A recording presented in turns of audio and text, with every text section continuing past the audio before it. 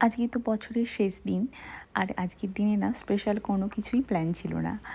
Special বলতে কোথাও গিয়ে একটু হই হুল্লোড় করা ইচ্ছেও হচ্ছিল না একেবারে।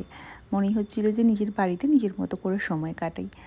কিন্তু তারপরে আমরা সন্ধেবেলা একটু বেরিয়েছিলাম, দেবায়নের বন্ধু এসেছিল রিশু, ও আমাদের সাথে ছিল, তাই দেবায়নেরও বেশ আনন্দ হয়েছে। বন্ধু থাকলে তো ভালোই হয় না? আমরা তো আজকাল নানা রকমভাবে নিজেদের সময়টা কাটিয়ে নিই, কিন্তু বাচ্চাদের ক্ষেত্রে আলাদা। বাচ্চারা একটু ফ্রেন্ড সার্কেল, খেলাধুলার সঙ্গী পেলে একটু ওদের ভালোই লাগে বেশি। তাই আজকে দেবায়ন আর রিশু সারাদিন একসাথেই ছিল বলতে গেলে। আর তাছাড়া আমার প্রতিবেশী সমস্ত আজ বাচ্চারা সবাই একসাথে এত বাজি ফাটিয়েছে, এত ওরা এনজয় করেছে, যেটা দেখে দিনের শেষে আমরা ভীষণ খুশি।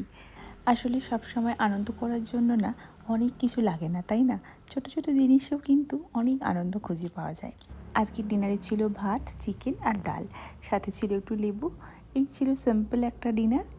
নতুন বছর তো আর কিছুক্ষণের মধ্যে শুরু হয়ে যাবে, আর সেই জন্য না আমি ভাবলাম যে এই নতুন বছরটা সেলিব্রেশনের আগে একটু নতুনত্ব কিছু করা যাক। কয়েকদিন আগে তো ঘুরতে গিয়ে কয়েকটা গোলাপ নিয়ে এসেছিলাম, তাই ফার্স্টে একটা বাউলে জল নিলাম, আর এই শুকনো কটা গোলাপের পাপড়ি জলের মধ্যে ছড়িয়ে দিলাম। আর ওয়ালনাটের যে খোসাগুলো, ওর থেকে বাদামটা বের করে নিয়ে ওটাকে দুটুকরো করে নিয়েছিলাম সমানভাবে, আর ঘি দিয়ে সলতে বানিয়ে একটু প্রদীপের মতো করে জ্বালিয়ে দিলাম।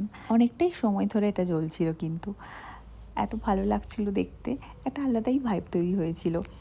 নতুন বছরের অপেক্ষা করতে করতে ভিডিওটা আজ এখানেই শেষ করলাম। সবাই খুব ভালো থেকো, সুস্থ থেকো। দেখা হবে একটা নতুন ভিডিও নিয়ে। Bye bye.